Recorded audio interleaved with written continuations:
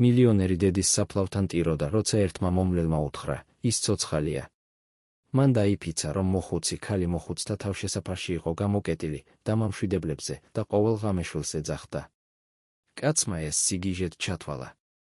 სანამ არ მიხვდა, რომ არასოდეს უნახავს ცხედარი დაკრძალვის დღეს. თუ ამ ლამაზმა გამარჯვებისა და სიყვარულის ისტორიამ და გაინტერესად, არ დაგავიწყდეთ ჩვენი არხის გამოწერა და გვითხრით, რომელი ქალაქიდან გვიყურებთ, ვაგრძელებთ. კვირა ყოველთვის ერთი და იგივე სიმძიმით მოდიოდა. გაბრიელ ალექსიძე რუსთაველის გამზირზე მდებარე მდიდრულ პენტჰაუსში იღვიძებდა და გულში ნაცნობ ტკივილს გრძნობდა, ტკივილს, რომელსაც დროც კი ვერ ამსუბუქებდა. 3 წელი გავიდა მას შემდეგ, რაც მისი სამყარო დაინგრა და მაინც ყოველი კვირა დილა სიცარიელის ერთსა და იმავე შეგრძნებას მოჰქონდა. ის ნელად დგებოდა, მინის ფანჯრიდან ნაცრისფერი ცის ქვეშ გაღვიძებულ თბილისს უყურებდა და ზუსტად იცოდა, რას უმზადებდა დღე. კვირა იყო. დედის მოსანახულებელი დღე. მარიამს ჯერ კიდევ ეძინა, როცა ის ოთახიდან გავიდა. მეუღლე ყოველთვის პატივს სცემდა ამ მარტოხელა რიტუალს, არასოდეს დაჟინებით არ სთხოვდა გაყოლას, არასოდეს კითხულობდა, რატომ სჭირდებოდა მას ყოველ კვირა წასვლა. მას ესმოდა, ან სულ მცირე, ამბობდა, რომ ესმოდა.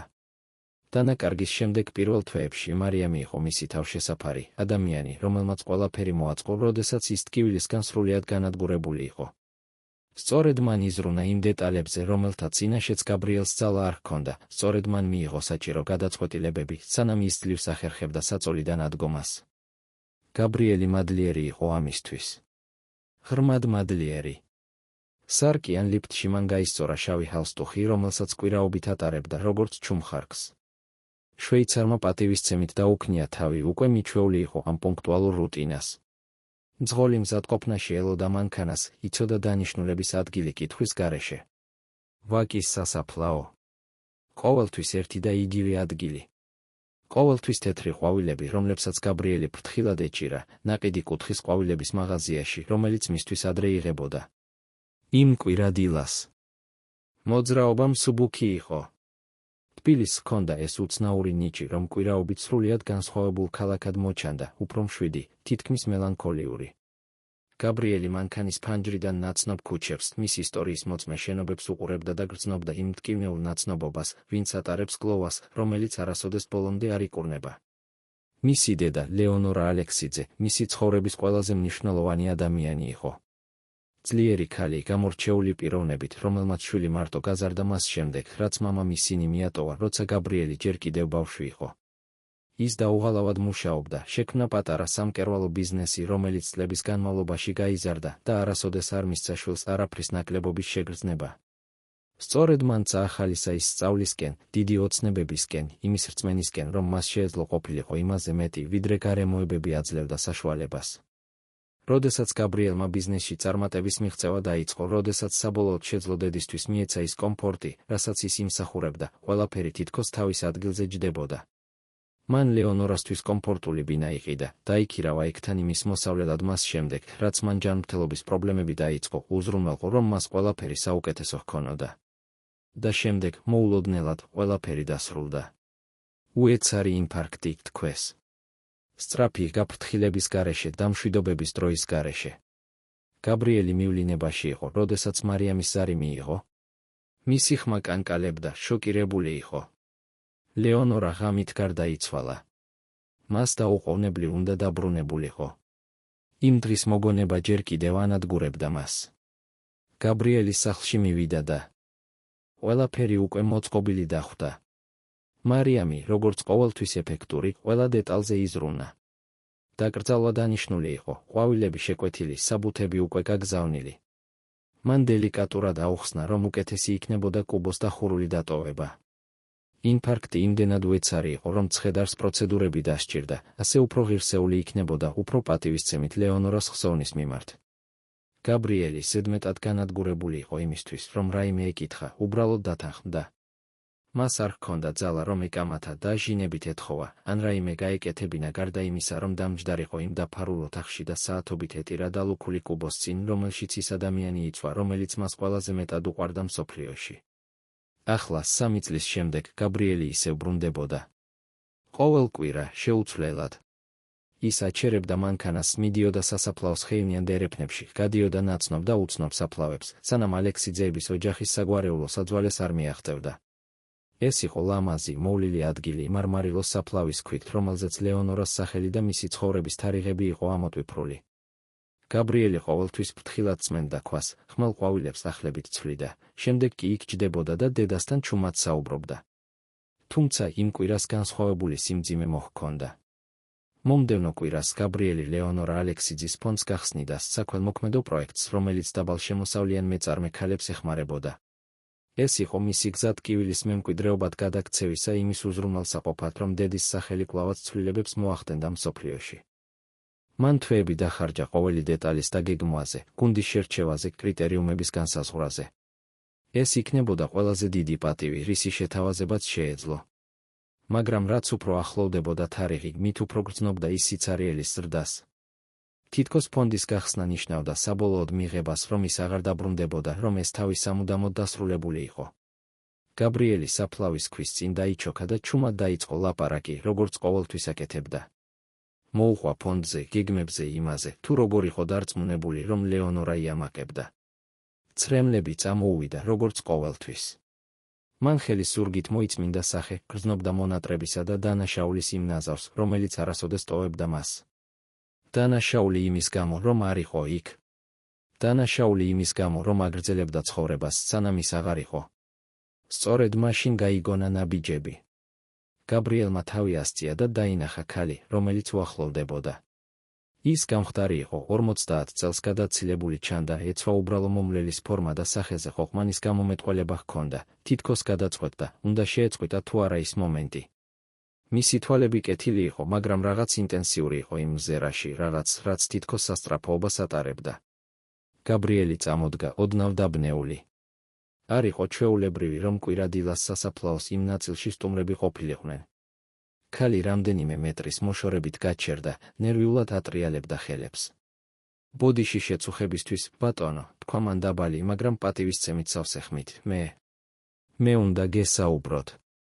ეს თქვენს დედას ეხება.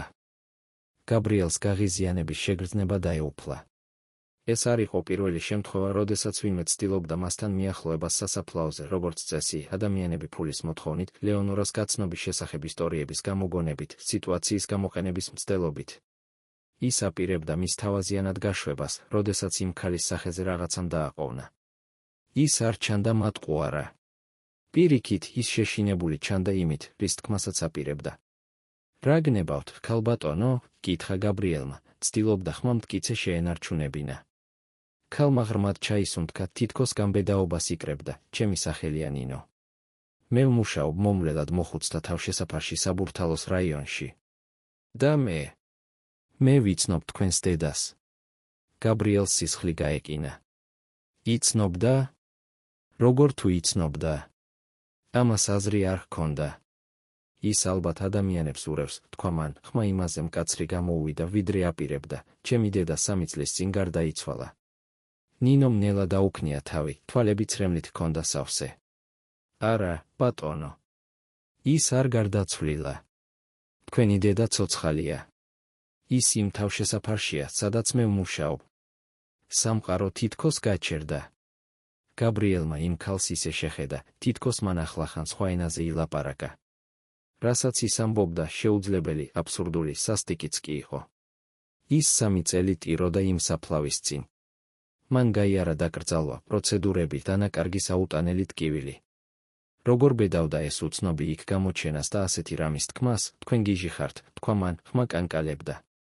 ეს უპატივცემულობაა. არ ვიცი რა გინდათ ჩემგან, მაგრამ გთხოვთ, წადით. ნინო არ განძრეულა. ის იდგა იქ გაჩერებული, სახეზე შიშისა და შეუპოვრობის ნაზავი ჰქონდა. ვიცი როგორ ჟღერს ეს, ბატონო გაბრიელ. ვიცი რომ შეუძლებლად ჩანს. მაგრამ საკუთარ თავთან ვერ ვიცხოვრებდი, თუ არ შევეცდებოდი თქვენთან საუბარს. თქვენი დედა ცოცხალია დამამშვიდებლებზე მოხუცთა თავშესაფარში. ის სხვა სახელით არის რეგისტრირებული. და 3 წელია მას სჯერა, რომ თქვენ ის მიატოვეთ. გაბრიელს ფეხები მოეკეცა. ეს არ შეიძლებოდა სიმართლე ყოფილიყო. არ შეიძლებოდა. მას მტკიცებულებები ჰქონდა. იყო ცნობა, დოკუმენტები, საფლავი. ყველაფერი იქ იყო რეალური, კონკრეტული. მაგრამ რაღაც იმ ქალის ხმაში, რაღაც იმ ფორმაში, როგორშიც ის უყურებდა, მის დარწმუნებულობაში პატარა ბზარი გააჩინა, როგორ შეგიძლიათ ასეთი რამის თქმა? კითხა მან, ხმა ახლა თითქმის ჩურჩული იყო.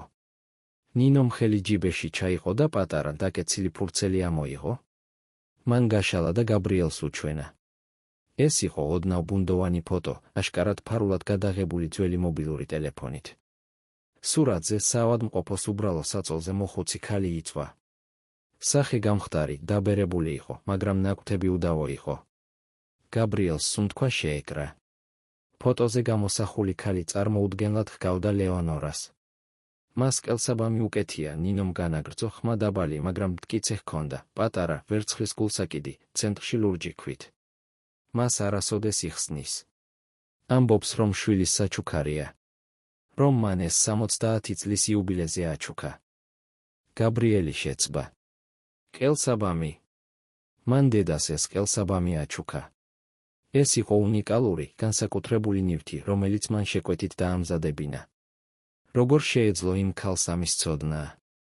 ის თქვენზე ლაპარაკობს, ნინომ განაგრძო, ცრემლები ახლა თავისუფლად ჩამოსდიოდა სახეზე, როდესაც ივიძებს ერთი წამლის მიღებიდან მეორემდე, ტირის და შვილს ეძახის. ამბობს, რომ ვიღაცამ მოატყუა, რომ ვიღაცამ გააყალბა მისი ცხოვრება. არავის სჯერა. ყველა ფიქრობს, რომ ეს დაბნეული მოხუცი ქალის ბოდვებია. მაგრამ მე დავიჯერე. და რაც უფრო მეც ვაკვირდებოდი, მით უფრო ვრწმუნდებოდი, რომ რაღაც ძალიან არასწორი იყო. გაბრიელმა დედის საფლავს შეხედა, შემდეგ ნინოს ხელში არსებულ ფოტოს, შემდეგ ისევ მარმარილოს საფლავის ქვას, რომელზეც ლეონორა ალექსიძის სახელი იყო ამოტვიფრული. არაფერს ჰქონდა აზრი. მისი სამყარო დანაკარგის შემდეგ ასე ფრთხილად აღდგენილი, ნაპრალების გაჩენას იწყებდა. რატომ მიყვებით ამას, ქალბატონო? კითხა მან, ხმა ჩახლეჩილი ჰქონდა, იმიტომ რომ თქვენი დედა იმსახურებს. იმიტომ რომ ამ ცხოვრებაში ბევრი უსამართლობა მინახავს, ბატონო გაბრიელ, მაგრამ არც ერთი ასეთი. იმიტომ რომ 3 წელი ვუყურებდი იმ ქალის გაქრობას, დამამშვიდებლებზე სამყაროსგან დავიწყებულს, შვილზე ტირილს, რომელსაც სამყარო ამბობდა, რომ დაკარგული ჰქონდა. და იმიტომ რომ თუ არაფერს გავაკეთებდი, თუ არ შევეცდებოდი, ამ ყველაფრის თანამონაწილე ვიქნებოდი. გაბრიელმა თვალები დახუჩა. ეს არ შეიძლებოდა მომხდარიყო. მაგრამ ამავე დროს 3 წლის განმავლობაში პირველად ძველი და შემაშფოთებელი კითხვა დაუბრუნდა მის გონებას.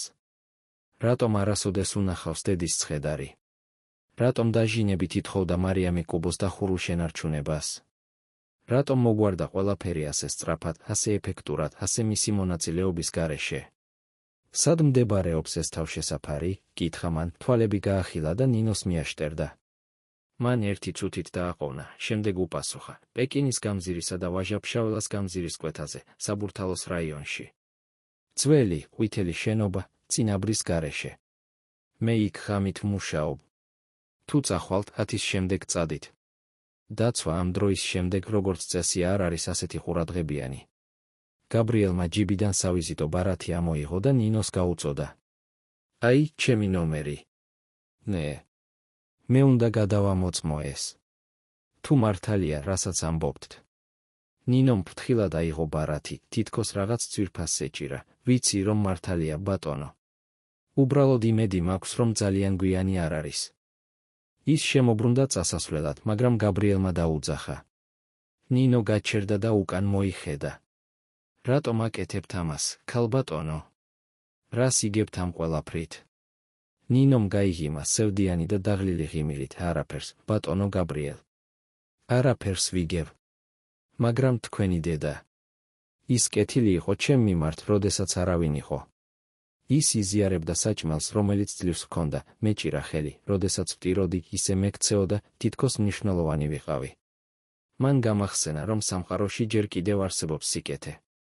და მე არ შემეძლო დამეტოვებინა ის, რომ მომკვდარიყო იმ რწმენით, რომ მისმა შვილმა მიატოვა. გაბრიელი უყურებდა, როგორ შორდებოდა ნინოს საფლავებს შორის, მისი ფიგურა ნელ-ნელა ქრებოდა სასაფლაოს ხეებს შორის. ის იდგა იქ მარტო დედის საფლავის ქვას უყურებდა და გრძნობდა, როგორ იწყებდა მისი მთელი ნაცნობი სამყარო ნგრევას. 3 წელი ტიროდა ის იმ საფლავის წინ. 3 წელი ტკივილის, დანაშაულის, მონატრების. და ახლა უცნობი ქალი გამოჩნდა და თქვა, რომ ეს ყველაფერი ტყუილი იყო. გაბრიელი ისევ დაიჩოქა, შეეხო საფლავის ქვის ცივ მარმარილოს და ჩუმად თქვა: დედა, თუ შეგიძლიათ მომისმინოთ, სადაც არ უნდა იყოთ, მომეცით ძალა. იმიტომ, რომ თუ ეს მართალია, თუ ცოცხალი ხართ, მე გიპოვით. ვფიცავ, გიპოვით. ის წამოდგა და მანქანისკენ წავიდა, ფეხები კანკალებდა, გონება სრულ ქაოსში ჰქონდა. ძღოლმა ჰკითხა, ყველაფერი რიგზე იყო თუ არა, მაგრამ გაბრიელმა მხოლოდ თავი დაუქნია და სახლში წაყვანას თხოვა. მთელი გზა მას ხელში ეჭირა ფოტო, რომელიც ნინომ დაუტოვა. ის უყურებდა იმ დაბერებულ, გამხდარ ტანჯულ სახეს და ცდილობდა ეპოვა მიზეზები, რომ დაეჯერებინა, რომ ეს ყველაფერი სასტიკი შეცდომა არ იყო. მაგრამ მკერდის სიღრმეში რაღაც იღვიძებდა. უცნაური, შემაშფოთებელი შეგრძნება, რომლის დასახელებაც არ შეეძლო. თითქოს გლოვის სიბნელეში 3 წლის ცხოვრების შემდეგ პაწაწინა შუქი აინთო. და ეს შუქი, რაც არ უნდა შემზარავი ყოფილიყო, თან მოჰქონდა შესაძლებლობას, რის განხილვასაც კი ვერ ბედავდა. შესაძლებლობას, რომ იქნებ უბრალოდ იქნებ, მას დედა არ დაუკარგავს. შესაძლებლობას, რომ ის ჯერ კიდევ იქ იყო, სადღაც ელოდა მას. და თუ ეს მართალი იყო, გაბრიელმა იფიქრა, სანამ თბილისი მანქანის ფანჯრიდან მიდიოდა, მაშინ ვიღაცამ მოატყუა. ვიღაცამ შექმნა დახვეწილი ფარსი, ცარიელი საფლავი, 3 წელი ტანჯვა ტყუილზე დაფუძნებული. და მას უნდა გაეგო ვინ? უნდა გაეგო რატომ? და უპირველეს ყოვლისა, უნდა გადაეწყვიტა, ექნებოდა თუ არა გამბედაობა, რომ შეხვედროდა სიმართლეს, რომელიც შესაძლოა იმაზე მტკივნეული ყოფილიყო, ვიდრე ის დანაკარგი, რომელიც უკვე იცოდა. როდესაც სახლში მივიდა, მარიამი მისაღებში იჯდა და ჟურნალს კითხულობდა. მან თავი ასწია და გაიღიმა, ის კეთილი და თბილი ღიმილი, რომელიც ყოველთვის ხვდებოდა მას. როგორ იყო სასაფლაოზე, სიყვარულო? ჰკითხა მან. გაბრიელმა მეუღლეს შეხედა იმ ქალს, რომელიც მისი ცხოვრების ყველაზე რთულ მომენტებში მის გვერდით იყო და 3 წლის განმავლობაში პირველად გულში უნდობლობის შეგრძნება გაუჩნდა. იყო განსხვავებული, უპასუხა მან, ხმა ფრთხილად აკონტროლებდა. და სანამ ოთახში ადიოდა, ჯერ კიდევ ნინოს ფოტო ეჭირა პიჯაკის ჯიბეში, გაბრიელმა იცოდა, რომ არაფერი აღარ იქნებოდა ისე, როგორც ადრე. ეჩვის თესლი და თესილი იყო. და ახლა, სურდა თუ არა, ის დაიწყებდა ზრდას, გავრცელებას, მოითხოვდა პასუხებს, რომელთა მოსასმენად ის შესაძლოა მზად არ იყო. მაგრამ მას უნდა მოესმინა. იმიტომ, რომ თუ მისი დედა ცოცხალი იყო, თუ ის სადმე ელოდა მას, გაბრიელი ყველაფერს გააკეთებდა მის დასაბრუნებლად. და გაარკვევდა, რაც არ უნდა დაჯდომოდა, ვინ იყო ასეთი ღრმა სისასტიკის ჩადენის უნარიანი. ღამე ნელა მოვიდა და მასთან ერთად იმის დარწმუნება, რომ ეს მხოლოდ დასაწყისი იყო მოგზაურობისა, რომელიც ყველაფერს შეცვლიდა. კვირა ღამე გაბრიელის ცხოვრებაში ყველაზე გრძელი იყო. ვახშმის დროს ის თავს ნორმალურად აჩვენებდა, მარიამის კომენტარებს ცალმარცვლიანი სიტყვებით პასუხობდა, ცდილობდა პირდაპირ არ შეეხედა მისთვის. ყოველ ჯერზე, როცა მეუღლე იღიმებოდა ან ხელს ეხებოდა, ის გრძნობდა, როგორ იზრდებოდა უნდობლობის შეგრძნება. ირაციონალური იყო, მან იცოდა. მარიამი ყოველთვის მისი პარტნიორი იყო, ადამიანი, რომელმაც ხელი მოკიდა, როდესაც სამყარო დაინგრა. მაგრამ ახლა, ჯიბეში გამწვავებული ფოტოთი და ნინოს სიტყვებით გონებაში, გაბრიელი ვერ ახერხებდა ყველაფრის კითხვის ნიშნის ქვეშ დაყენებას. როდესაც მარიამს საბოლოოდ ჩაეძინა, ის დაელოდა, სანამ მისი სუნთქვა ღრმა და რეგულარული გახდებოდა. შემდეგ ჩუმად ადგა საწოლიდან, ჩაიცვა შეუმჩნეველი ტანსაცმელი და აიღო მანქანის გასაღებები. სამზარეულოში სწრაფი ჩანაწერი დატოვა, რომ სამსახურებრივი გადაუდებელი საკითხის მოსაგვარებლად გავიდა. ეს სრულებით არ იყო ტყუილი. ეს იყო გადაუდებელი შემთხვევა. შესაძლოა, მისი მთელი ცხოვრების ყველაზე დიდი. ღამის თბილის განსხვავებული ხასიათი ჰქონდა. ქუჩები, რომლებიც დღის განმავლობაში სიცოცხლით ფეთქავდა, ახლა მიტოვებული ჩანდა ნარინჯისფერი ფარნების შუქზე. გაბრიელი ნინოს მიერ აღწერილ გზას მიუყვებოდა, აღმაშენებლის გამზირზე მიდიოდა, სანამ საბურთალოს რაიონს არ მიაღწია. კიფსი პეკინის გამზირს აჩვენებდა და მან სიჩქარე შეანელა ვაჟა-ფშაველას გამზირის კვეთაზე. იქ იყო ძველი სამსართულიანი შენობა გაფრთხნილი ყვითელი საღებავით, ჟანგიანი გისოსებით ფანჯრებზე და ყოველგვარი საიდენტიფიკაციო აბრის გარეშე. ერთი შეხედვით მიტოვებული ჩანდა, მაგრამ ზედა სართულებზე რამდენიმე სუსტი შუქი მიუთითებდა, რომ იქ სიცოცხლე იყო. გაბრიელმა ქუჩის მეორე მხარეს გააჩერა. მანქანა დააკვირდებოდა, გული არარეგულარულად უცემდა. მისი ნაწილი ჯერ კიდევ იმედოვნებდა, რომ ეს ყველაფერი საშინელი შეცდომა იყო. მაგრამ მეორე ნაწილმა იცოდა, რომ სიმართლე უნდა გაეგო. თითქმის 11 საათი იყო, როდესაც ის საბოლოოდ გადმოვიდა მანქანიდან და ქუჩა გადაკვეთა. წინა კარი დაკეტილი იყო, მაგრამ გვერდით ძველი ზარი ეკიდა. გაბრიელმა დააჭირა და დაელოდა. რამდენიმე წუთის შემდეგ შუახნის დაცვის თანამშრომელი გამოჩნდა, რომელიც ეჩვის თვალით იყურებოდა დაბურული შუშის მიღმა. დიახ, კითხა კაცმა კარის სრულად გაღების გარეშე. გაბრიელმა სწრაფად მოიფიქრა, საღამო მშვიდობისა. დამირეკეს, რომ ჩემი დეიდა აქ არის ჰოსპიტალიზებული. შემიძლია მისი მონახულება? დაცვის თანამშრომელმა წარბები შეკრა. ვიზიტები მხოლოდ 8-მდეა. ვინ არის თქვენი დეიდა? ლეონორა, უპასუხა გაბრიელმა, ლეონორა ალექსიძე. კაცმა თავი დაუქნია, აქ არ გვყავს ვინმე ასეთი სახელით. გაბრიელს მუცელი შეეკუმშა, მაგრამ შემდეგ გაახსენდა, რაც ნინომ თქვა. კალბის სახელი. მან შეცვალა სტრატეგია. მისმინეთ, ვიცი რომ გვიანია, მაგრამ მნიშვნელოვანია. შორიდან ჩამოვედი. იქნებ კიდევ ერთხელ გადაამოწმოთ. შესაძლოა ის სხვა სახელით არის რეგისტრირებული. ის დაახლოებით 70 წლისაა, ნაცრისფერი თმით, როგორც წესი, ვერცხლის ყელსაბამს ატარებს. დაცვის თანამშრომელი დააყოვნა, შემდეგ ამოისუნთქა, დაელოდეთ. ის რამდენიმე წუთით გაუჩინარდა, გაბრიელი კი იქ ცივ და ცუდად განათებულ დერეფანში იდგა. ადგილის სუნი ძველი დაწესებულებების დამახასიათებელი იყო სადეზინფექციო საშუალების, გაცხელებული საჭმლისა და რაღაცის ნაზავი, რის იდენტიფიცირებასაც ვერ ახერხებდა. საბოლოოდ კაცი დაბრუნდა, მასთან ერთად კი გამხდარი ქალი თეთრი ფორმით. ეს ნინო იყო. მის თვალები გაბრიელის დანახვაზე გაუფართოვდა, მაგრამ მან სწრაფად დამალა გაოცება. ბატონო გაბრიელ, თქვა მან დაბალი ხმით, თითქმის შეუმჩნეველი თავის დაქნევით, კარგია რომ მოხვედით. იცნობთ მას? კითხა დაცვის თანამშრომელმა, ჯერ კიდევ ეჩვის თვალით, დიახ, ვიცნობ. ის ერთ-ერთი მაცხოვრებლის ნათესავია. შემიძლია მასთან მივიყვანო, მტკიცედ უპასუხა ნინომ. დაცვის თანამშრომელი პასუხით კმაყოფილი ჩანდა და თავის სკამზე, შესასვლელთან დაბრუნდა. ნინომ გაბრიელს ანიშნა, რომ გაჰყოლოდა და ვიწრო კიბეზე ასვლა დაიწყო. ასვლის დროს არ უსაუბრიათ, მხოლოდ ნაბიჯების ხმა ისმოდა გაფრთხნილ კედლებზე. მეორე სართულზე ნინო კარის წინ გაჩერდა და გაბრიელს შეხედა. მას ახლა სწინავს. ყოველ ღამე ძლიერ წამლებს აძლევენ. მაგრამ რამდენიმე წუთში ეფექტი გაივლის. სწორედ ამ დროს იღვიძებს ხოლმე, დაბნეული, თქვენ გეძახის, აუხსნა ნინომ, ბატონო გაბრიელ, მზად უნდა იყოთ. ის კარგად არ არის. 3 წელი მძიმე მედიკამენტებზე, მარტოობაში. ეს ანადგურებს ადამიანს.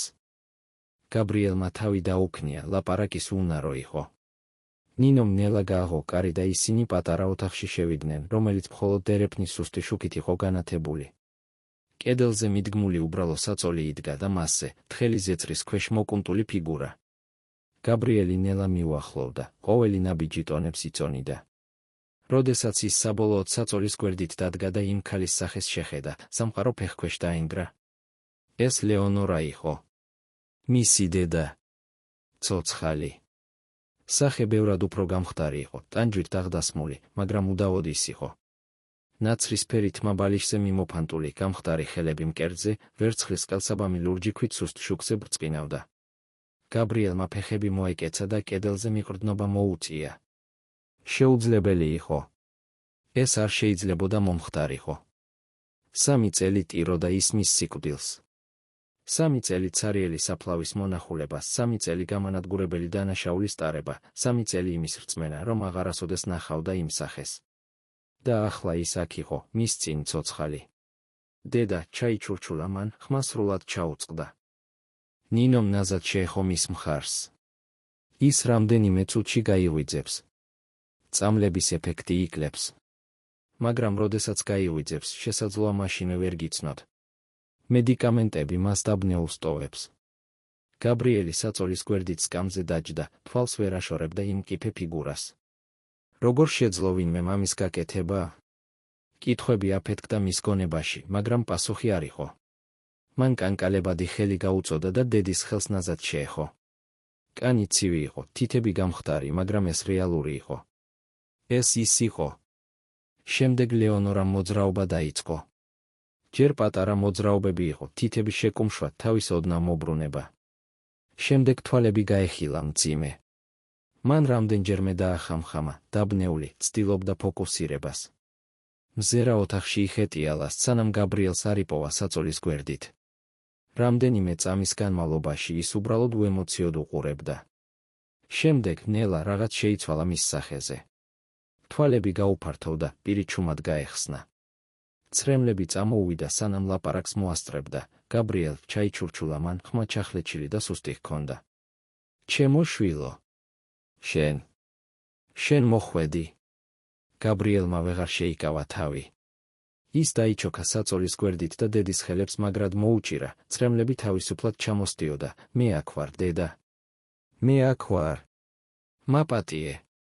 ლეონორამ ტირილი დაიწყო, ცდილობდა დაჯდომას. ნინო მიეხმარა, ბალიში ზურგზე დაუდო. ვიცოდი, თქვა ლეონორამ სლუკუნით, ვიცოდი, რომ არ მიმატოვებდი. ვიცოდი, რომ მოხვიდოდი. მაგრამ მათ იმდენჯერ მითხრეს, რომ აღარ გინდოდა ჩემი ნახვა, რომ ტვირთი ვიყავი. არა, დედა. არა. ეს არასოდეს ყოფილა სიმართლე. მე მეგონა, რომ წახვედი. მითხრეს, რომ ინფარქტი გქონდა. დაკრძალვა გააკეთეს. საფლავი შენი სახელით არის. 3 წელი გნახულობდი, ჯეროდა რომ დაგკარგე. ლეონორამ შვილის სახე კანკალებადი ხელებით დაიჭირა, ეხებოდა, თითქოს უნდა დარწმუნებულიყო, რომ ის რეალური იყო, მომატყუეს შვილო. იმ ღამეს ვიღაცამ რაღაც დამალია დასალევად. ბევრი რამ აღარ მახსოვს შემდეგ. აქ გავიღვიძე, არ ვიცოდი სად ვიყავი. ვცადე ლაპარაკი, ვცადე ახსნა, მაგრამ წამლები. იმდენ წამალს მაძლევდნენ, რომ ძლივს ვახერხებდი ფიქრს. და როცა შენზე ლაპარაკს ვცდილობდი, ყველა ამბობდა, რომ დაბნეული ვიყავი. ვინ გაგიკეთა ეს, დედა? ვინ მოგიყვანა აქ? ლეონორამ თვალები დახუჭა, ცდილობდა გაეხსენებინა, ეს იმ კამათის შემდეგ მოხდა. მე და მარიამს ვიჩხუბეთ. მას უნდოდა, რომ ზოგიერთ საბუთზე ხელი მომეწერა, ამბობდა, რომ ეს შენი სასიკეთოდ იყო ქონების დასაცავად. მაგრამ მე წავიკითხე ის დოკუმენტები, გაბრიელ. ეს მას სრულ კონტროლს მისცემდა ყველაფერზე. შენს კომპანიაზე, შენს ანგარიშებზე, ყველაფერზე. მე უარი ვთქვი. ვთქვი, რომ ჯერ შენთან ვისაუბრებდი. ის გაბრაზდა. გაბრიელს სისხლი გაეკინა. მარიამი. მისი მეუღლე. ქალი, რომელიც უყვარდა, ვისაც ენდობოდა. არა, თავი დაუქნია მან, არ შეიძლება. ის დამეხმარა, როდესაც ყველაფერი მოხდა. მან ყველაფერი მოაწყო. სწორედ მან მოაწყო ყველაფერი, შვილო, თქვა ლეონორამ, იმიტომ რომ სწორედ მან დაგეგმა ყველაფერი. იმ ღამეს, კამათის შემდეგ, ის ჩაის ჩიქით დაბრუნდა. თქვა, რომ შერიგება უნდოდა. მე დავლიე. და შემდეგ ყველაფერი დაბნეული გახდა. მახსოვს ადამიანები, რომლებიც მეზიდებოდნენ, მანქანაში ვიჯექი, ხმები ამბობდნენ, რომ აღარასოდეს გნახავდი. აქ გავიღვიძე, სხვა სახელით რეგისტრირებული. მარიამი ნიკოლაძე. ზოგადი სახელი, რომელმაც არავის ქცეული. გაბრიელმა დედის ხელები გაუშვა და წამოდგა, თაუბრო ესხმოდა. ოთახი ტრიალებდა. მარიამი. ქალი, რომელიც ყოველ ღამე მის გვერდით ეძინა. ქალი, რომელიც მან ნუგეშა ყალბი გლოვის დროს, რომელიც მის მკლავებში ტიროდა. როგორ შეეძლო მას ასეთი მონსტრული რამის გაკეთება? ნინო მიუახლოვდა, გაუწოდა გაყვითლებული კონვერტი. ბატონო გაბრიელ, მე გამოვიძიე. აი თქვენი დედის შემოსვლის ჩანაწერი. ნახეთ თარიღი. ნახეთ ხელმოწერა.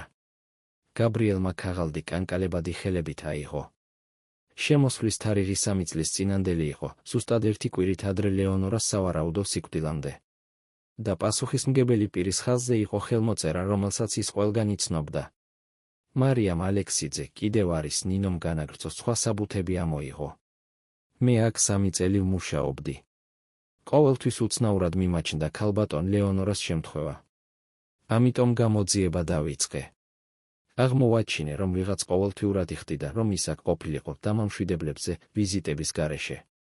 გადახდები ოფშორული ანგარიშიდან მოდიოდა, მაგრამ მოახერხე მისი მიკვლევა.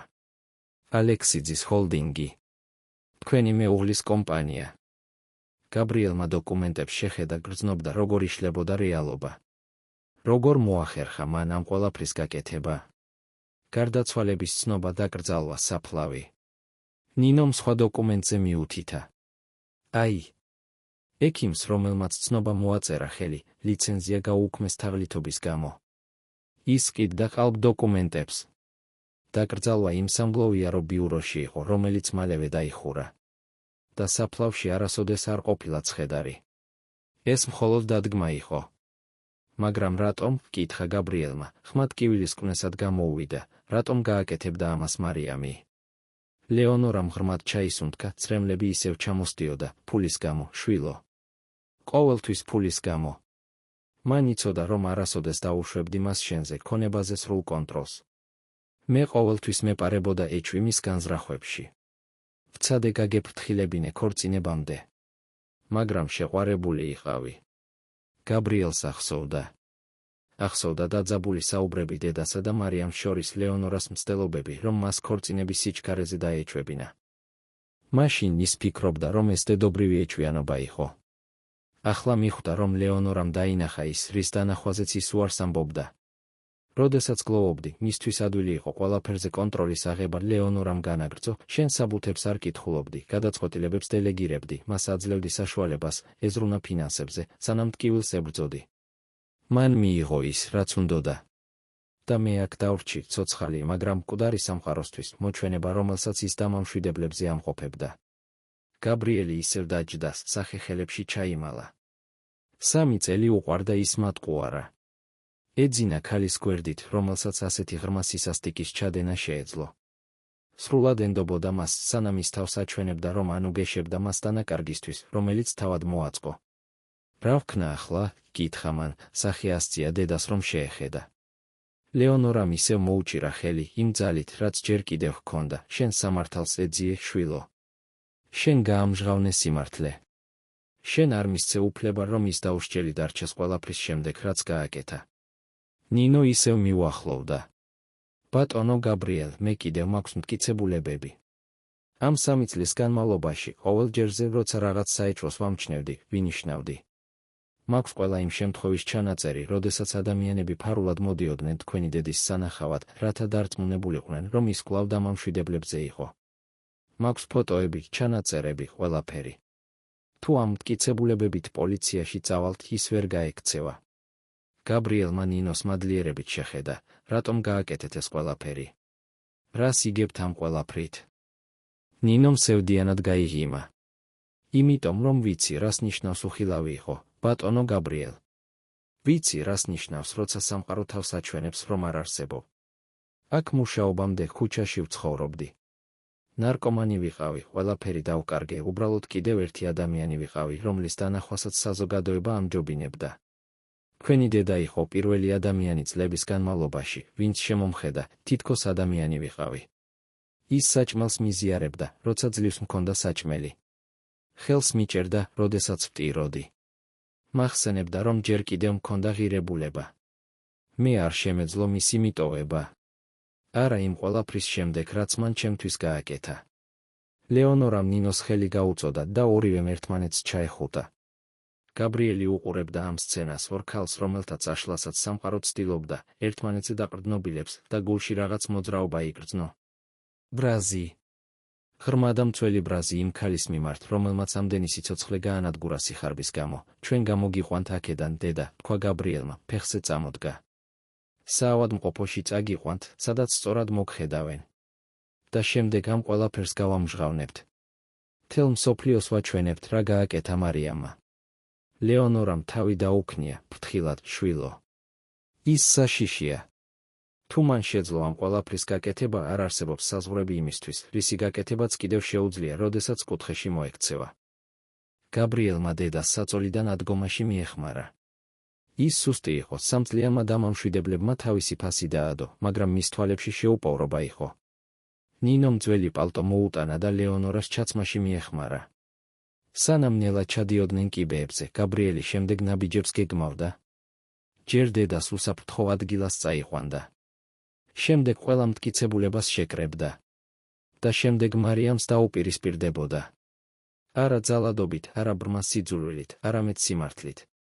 სიმართლით, რასაც ის ვერ უარყოფდა, ვერ დაამახინჯებდა, ვერ დამარხავდა. როდესაც წინაკარიდან გამოვიდნენ, დაცვის თანამშრომელს თავის სკამზე ეძინა.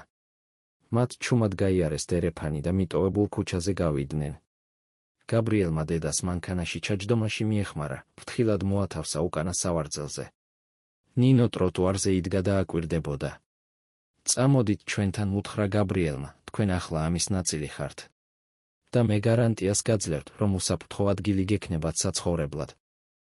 ნინო დააყოვნა, შემდეგ თავი დაუქნია და მანქანაში ჩაჯდა.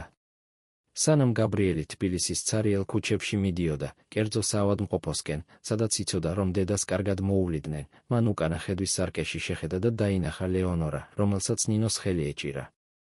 ორი გადარჩენილი. ორი ქალი, რომელმაც უარი თქვა დანებებაზე. და შემდეგ გაბრიელმა მარიამზე იფიქრა, რომელიც ჯერ კიდევ მშვიდად ეძინა პენტჰაუსში, წარმოდგენაც არ ჰქონდა, რომ მისი ტყუილებზე აგებული სამყარო დანგრევის პირას იყო. მან სამი რამ შეაფასა არასწორად. დედის ძალა, რომელიც უარს ამბობდა დავიწყებაზე. უხილავი ქალის გამბედაობა, რომელმაც სიჩუმე არ მიიღო. და შვილის სიყვარული, რომელიც მზად იყო მთებს გადაადგილებდა სიმართლის საპოვნელად. დილა იწყებდა გათენებას, როდესაც გაბრიელმა საბოლოოდ გააჩერა მანქანა საავადმყოფოს წინ. ახალი ცხოვრება იწყებოდა ყველასთვის. და ამჯერად ეს იქნებოდა სიმართლეზე დაფუძნებული ცხოვრება, რაც არ უნდა მტკივნეული ყოფილიყო. მზე იწყებდა ამოსვლას, როდესაც გაბრიელმა ლეონორა თბილისის ცენტრალური კლინიკის, თბილისის ერთ-ერთი საუკეთესო საავადმყოფოს, კერძო პალატაში მოათავსა. მან სანდო ექიმები გამოიძახა, რომლებმაც მისი ჯანმრთელობის მდგომარეობის შეფასება დაიწყეს, შეშფოთებულნი იყვნენ სამწლიანი დამამშვიდებლების ეფექტებით. ნინო დედის გვერდით იჯდა, ხელს უჭერდა, პირობას აძლევდა, რომ იქიდან არ წავიდოდა. გაბრიელი აკვირდებოდა ამ სცენას, უზომო მადლიერებას გრძნობდა იმ ქალის მიმართ, რომელმაც ყველაფერი გარისკა უცნობი ადამიანის გადასარჩენად. საავადმყოფოდან გასვლამდე გაბრიელი დაცვის უფროსს ესაუბრა. არავის, ჩემს გარდა, არ შეუძლია ამ ოთახში შესვლა. არავის. მაშინაც კი, თუ საბუთებს წარმოადგენენ, რომ ოჯახის წევრები არიან. გაიგეთ. კაცმა თავი დაუქნია, ტონის სერიოზულობიდან მიხვდა, რომ ეს ჩვეულებრივი თხოვნა არ იყო, ნუ ინერვიულებთ, ბატონო ალექსიძე. კართან დაცვას დავაკენებთ. გაბრიელი საავადმყოფოდან მხრებზე სამყაროს სიმძიმით გამოვიდა. ახლა ყველაზე რთული ნაწილი მოდიოდა. მას სახლში უნდა დაბრუნებულიყო და თავი მოეჩვენებინა, რომ არაფერი შეცვლილა. მარიამისთვის უნდა შეეხედა და არ უნდა გამოეჩინა, რომ ყველაფერი იცოდა. რადგან თუ ის მიხვდებოდა, რომ მან სიმართლე გაარკვია, შეუძლებელი იყო იმის პროგნოზირება, რისი გაკეთებაც მას შეეძლო. გაბრიელი იცნობდა შემთხვევებს, როდესაც ადამიანები, კუთხეში მოქცეულნი, კიდევ უფრო საშიშები ხდებოდნენ. უკან დაბრუნების გზაზე მან რევაზ კობახიძეს, თავის პირად ადვოკატს და დიდი ხნის მეგობარს დაურეკა. რევაზმა ძილბურანში უპასუხა, უკვირდა ასეთი ადრეული ზარი. გაბრიელ. რომელი საათია? ყველაფერი რიგზეა. რევაზ, ახლა ვემჭირდები ჩემს ოფისში. სასტრაფოა. და არავის, აბსოლუტურად არავის არ უთხრა, რომ დაგირეკე. მეორე მხარე სიჩუმე ჩამოცვა. რევაზი გაბრიელს წლები იცნობდა და იცოდა, როდესაც რაღაც სერიოზული ხდებოდა,ახლავე გამოვდივარ. 20 წუთი. როდესაც გაბრიელი სახლში მივიდა, თითქმის დილის 7 საათი იყო. ის ჩუმად ავიდა ზემოთ, იმედოვნებდა, რომ მარიამს ჯერ კიდევ ეძინა, მაგრამ ის გაღვიძებული იყო, მისაღებში ყავის ჩიქით იჯდა, ეცვა აბრეშუმის ხალათი, რომელიც მან ბოლო დაბადების დღეზე აჩუქა. მისი სახე გაუბრწყინდა მისი დანახვაზე. სიყვარულო, სად იყავი? შუაღამით გამეღვიძა და აქ არ იყავი. ვინერვიულე, თქვა მან, წამოდგა მის საკოცნელად. გაბრიელს უზარმაზარი ძალისხმევა დასჭირდა, რომ უკან არ დაეხია. მან უკან აკოცა, ღიმილი აიძულა, ბოდიში. ოფისში გადაუდებელი შემთხვევა მქონდა. პრობლემა საერთაშორისო ინვესტორთან. იცი როგორია? მარიამმა ხელი გადაუსვა მის სახეზე, ალერსიანად. ძალიან ბევრს მუშაობ, გაბრიელ. უნდა დაისვენო. მან შეხედა იმ ქალს, იმ სახეს, რომელიც წლების განმავლობაში უყვარდა და გულისრევისა და ურწმუნოების ნაზავი იგრძნო. როგორ ახერხებდა ის ასე კარგად თამაშს. როგორ ახერხებდა მის თვალებში ყურებას და ასეთი ბუნებრიობით ტყუილს. 3 წელი ეძინა ის მის გვერდით, იცოდა, რომ მისი დედა ცოცხალი იყო, პატიმარი, დამამშვიდებლებზე. 3 წელი ანუგეშებდა მის გლოვას, იცოდა, რომ ის გლოვა ფარსი იყო, რომელიც თავად შექმნა, ვიცი, უპასუხა მან, ნაზად მოშორდა. აბაზანას მივიღებ და შემდეგ ოფისში უნდა წავიდე რაღაცების მოსაგვარებლად. არ ვიცი, რომელ საათზე დაუბრუნდები. მარიამმა ოდნავ წარბები შეკრა, კვირა დღეს. გაბრიელ, შენ დაგპირდი, რომ შაბათ-კვირას ნაკლებად შეეცდებოდი მუშაობას. მნიშვნელოვანია, თქვა მან, უკვე კიბეებზე ადიოდა. შხაპის ქვეშ, გაბრიელმა ცხელწყალს სხეულზე დაშვების ნება დართო, სანამ ცრემლები საბოლოოდ წამოვიდა. ის ტიროდა დედისთვის, მისგან მოპარული 3 წლისთვის, იმ სისასტიკისთვის, რაც მან განიცადა. ტიროდა ღალატისთვის, სიყვარულისთვის, რომელიც მან გაფლანგა ქალზე, რომელსაც ასეთი ბოროტება შეეძლო. ტიროდა გულუბრყვილო კაცისთვის, როგორიც ის იყო, ვნებით დაბრმავებული, უუნარო დაენახა ნიშნები, რომელთა ჩვენებასაც დედა ცდილობდა. აბაზანიდან გამოსვლისას გაბრიელი უფრო მშვიდი იყო. ჩაიცვა, აიღო რამდენიმე მნიშვნელოვანი დოკუმენტი და ჩავიდა. მარიამი სამზარეულოში საუზმეს ამზადებდა, ზურგით მისკენ. ერთი წუთით გაბრიელმა იფიქრა, რომ იქვე დაპირისპირებოდა მას, დაეყვირა ყველა ის სიმართლე, რაც მასში ითვოდა. მაგრამ მან თავი შეიკავა. მას ეს სწორად უნდა გაეკეთებინა. მტკიცებულებებით, მოწმეებით, სამართლიანობით მის გვერდით, მოგვიანებით შევხვდებით, თქვა მან, შუბლზე აკოცა. მარიამმა მკლავზე მოუჭირა. ყველაფერი რიგზეა, სიყვარულო.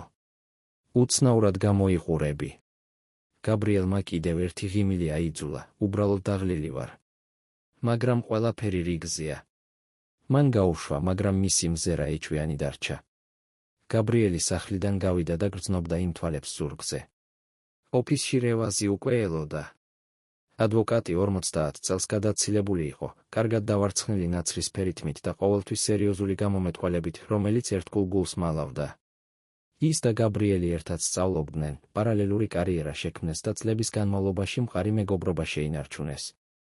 რა ხდება, გაბრიელ? იმ ზარმა შემაშინა. გაბრიელმა ოფისის კარი ჩაკეტა და კედელში ჩაშენებული სეიფი გააღო. შიგნიდან მან ამოიღო საქაღალდე, სადაც ნინოს მიერ მიცემული ყველა დოკუმენტი, ლეონორას ფოტო მოხუცთა თავშესაფარში, ჰქონდა მოთავსებული. მან ყველაფერი რევაზს გაუწოდა, რომელმაც მზარდი ყურადღებით დაიწყო მისი შემოწმება. ეს რა არის? კითხა რევაზმა, თვალები გაუფართოვდა. ეს ჩემი დედაა, თქვა გაბრიელმა, ხმა მტკიცე ჰქონდა. ის ცოცხალია. და მარიამმა შეინახა ის ტყვედ 3 წლის განმავლობაში. რევაზმა თვალები ქაღალდებიდან ასწია, სრულიად შოკირებული. გაბრიელ, ეს შეუძლებელია. ლეონორა, ჩვენ დაკრძალვაზე ვიყავით. მე საფლავი ვნახე. თქვენ ნახეთ დალუქული კუბო და ცარიელი საფლავი. ისევე როგორც მე. მარიამმა ყველაფერი გააყალბა რევაზ. გარდაცვალების ცნობა ყალბია, ხელმოწერილი ექიმის მიერ, რომელსაც ლიცენზია გაუუქმეს. დაკრძალვა დადგმული იყო სამგლოვიარო ბიუროში, რომელიც მალევე დაიხურა. და ჩემმა დედამ 3 წელი დამამშვიდებლებზე გაატარა მოხუცთა თავშესაფარში, ყალბის სახელით რეგისტრირებული. რევაზმა ხელი გადაისვა სახეზე, ცდილობდა ამ ინფორმაციის დამუშავებას. როგორ გაიგე? მოხუცთა თავშესაფრის მომვლელმა მიპოვა სასაფლაოზე. ის წლების განმავლობაში აკვირდებოდა ჩემს დედას, სიტუაციაში ეჩვიეპარებოდა. როდესაც გაიგო ვინ ვიყავი, გადაწყვიტა სიმართლე მოეყოლა. და ლეონორა ახლა სად არის? თბილისის ცენტრალურ კლინიკაში. გაძლიერებული დაცვით. არ ვიცი, რამდენად შეუძლია მარიამს წასვლა, როდესაც გაიგებს, რომ ყველაფერი ვიცი. რევაზმა დოკუმენტების უფრო ყურადღებით კითხვა დაიწყო. აქ არის ალექსიძის ჰოლდინგიდან შემოსული გადახდების ჩანაწერი. გაბრიელ, ეს კომპანია მარიამის სახელზეა, მაგრამ შენ თანაპასუხისმგებლად აწერ ხელს. იცოდი ამ გადახდების შესახებ? არა. მე კომპანიის მართვა მას მივანდე მას შემდეგ, რაც დედა. მას შემდეგ, რაც მეგონა, რომ დედა გარდაიცვალა. იმ პერიოდში იმდენ რამეს მოვაწერე, ხელი წაუკითხავად. შოკში ვიყავი, გლოვობდი. მან ეს გამოიყენა. რევაზმა თავი დაუქნია, ურწმუნოდ, ეს დახვეწილი თაღლითობა, გაბრიელ. ეს ერთ ღამეში არ მომხდარა. მან ყოველი დეტალი და გეგმა. ვიცი. და ახლა მე უნდა დავშალო ეს ტყუილების ციხე ნაწილ-ნაწილ. მაგრამ ეს ფრთხილად უნდა გავაკეთო. თუ ის მიხვდება, რომ ვიცი, არ ვიცი, რა შეიძლება მოხდეს. რევაზი ერთი წუთით გაჩუმდა, ფიქრობდა. მეტი მტკიცებულება უნდა შევაგროვოთ. მომვლელის ჩვენება მნიშვნელოვანია, მაგრამ მეტი გვჭირდება. ჩვენ უნდა მივხვდეთ ყველა გადახდას, ვიპოვოთ ადამიანები, რომლებიც მონაწილეობდნენ თაღლითობაში, მივიღოთ მოხუცთა თავშესაფრის ნამდვილი სამედიცინო ჩანაწერები. და ეს ყველაფერი ისე უნდა გავაკეთოთ, რომ მარიამს ეჭვი არ აეპაროს. როგორ? რევაზმა ღრმად ჩაისუნთქა. პირველი, მივიღოთ სასამართლოს ორდერი ალექსიძის ჰოლდინგის ანგარიშების გამოსაძიებლად. შემიძლია ვესაუბრო სანდო მოსამართლეს, ავუხსნა სიტუაცია, მოვითხოვო აბსოლუტური კონფიდენციალურობა. მეორე, უნდა დავიქირავთ კერძო გამომძიებელი, რომ მარიამის ყველა მოძრაობა გაარკვიოს ბოლო 3 წლის განმავლობაში. მესამე, ლეონორა უნდა დავიცვათ. ის მთავარი მოწმეა. თუ მას რამე დაემართება. მან წინადადება არ დაასრულა, მაგრამ გაბრიელმა გაიგო, მე უკვე დაცვა დავაყენე მის ოთახში. და მომლელი, ნინო, მასთან ერთად არის. ის იყო ერთადერთი ადამიანი, რომელმაც ჩემს დედას დაიჯერა ამ წლების განმავლობაში. ნინოც უნდა დავიცვათ. თუ მარიამი გაიგებს მის როლს ამ ყველაფერში, ის სამიზნე გახდება. გაბრიელმა თავი დაუქნია, პასუხისმგებლობის სიმძიმეს გრძნობდა, რევას, თუ ამას გავაგრძელებთ, უკან დასაბრუნებელი გზა არ არის. ჩემი ქორწინება დასრულდება. ჩემი ცხოვრება თავდაყირა დადგება. პრესა ამ ამბით იზეიმებს. რევაზმა პირდაპირ მეგობრის თვალებში ჩახედა. და თუ არ გააგრძელებ, შეგიძლია იცხოვრო იმის ცოდნით, რომ ქალმა, რომელიც შენს გვერდით ეძინა, დედა შენი თვეთ შეინახა? შეგიძლია თავი მოაჩვენო, რომ არაფერი იცი? შეგიძლია მისცე უფლება დაუსჯელი დარჩეს? გაბრიელმა თვალები დახუჩა. არა. არ შემიძლია. მაშინ არჩევანი არ არის, გაბრიელ. ყველაფერს გავამჟღავნებთ. სამართალს აღვადგენთ. და უზრუნველყოფთ, რომ მან გადაიხადოს ყოველი დღისთვის, რაც ლეონორა მიტანჯა. მომდევნო დღეებში გაბრიელი ორმაგ და მკანცვალ ცხოვრებას ეწეოდა. დღის განმავლობაში სახლში თავს ნორმალურად აჩვენებდა, მარიამთან საუბრობდა, მასთან ერთად ვახშმობდა, მის გვერდით ეძინა. მაგრამ ყოველი ჟესტი გათვლილი იყო, ყოველი სიტყვა გაზომილი. ის აკვირდებოდა ყველაფერს, რასაც ისაკეთებდა, ეძებდა ნიშნებს, ცდილობდა გაეგო, როგორ ვერ შენიშნა ადრე, ვინ იყო ის სინამდვილეში. ღამით, როდესაც მარიამს ეძინა, გაბრიელი ჩუმად გადიოდა და საავადმყოფოში მიდიოდა დედის მოსანახულებლად. ლეონორა ნელა გამოჯანმრთელდებოდა. ექიმები ამბობდნენ, რომ გახანგრძლივებული დამამშვიდებლების ეფექტები შექცევა ხანგრძლივი პროცესი იქნებოდა, მაგრამ ის კარგად რეაგირებდა მკურნალობაზე. გაბრიელი საათობით ატარებდა მის გვერდით, უსმენდა დაკარგული 3 წლის ისტორიებს, დგანმეორებით პატიებას ითხოვდა იმის გამო, რომ მანამდე ვერ გაიგო სიმართლე. შენ არაფერში არ იყავი დამნაშავე, შვილო, ყოველთვის ამბობდა ლეონორა, მის ხელს უჭერდა. ის მანიპულატორია. მან ზუსტად იცოდა, როგორ მოქცეულიყო, რომ არასოდეს არ გეეჩვა. ამასობაში რევაზი ჩუმად მუშაობდა კულისებში. მან მოიპოვა სასამართლოს ორდერი და ალექსიძის ჰოლდინგის ანგარიშების გამოძიება დაიწყო. რაც აღმოაჩინა, იმაზე უფრო შოკის მომგვრელი იყო, ვიდრე ელოდა. მარიამს მილიონები ჰქონდა გაფლანგული 3 წლის განმავლობაში, თანხები ოფშორულ ანგარიშებზე გადაჰქონდა, ფანტომური კომპანიები ქმნიდა, ქონებას მესამე პირების სახელზე ყიდულობდა. ქონება, რომელიც გაბრიელს წლების განმავლობაში ჰქონდა აშენებული, სისტემატურად იძარცვებოდა. კერძო გამომძიებელმა, ფრთხილმა კაცმა სახელად პაატა მელაძემ, მარიამის თვალთვალი დაიწყო. მან აღმოაჩინა, რომ მას ხშირი შეხვედრები ჰქონდა კაცთან, რომელიც გაბრიელი არ იყო.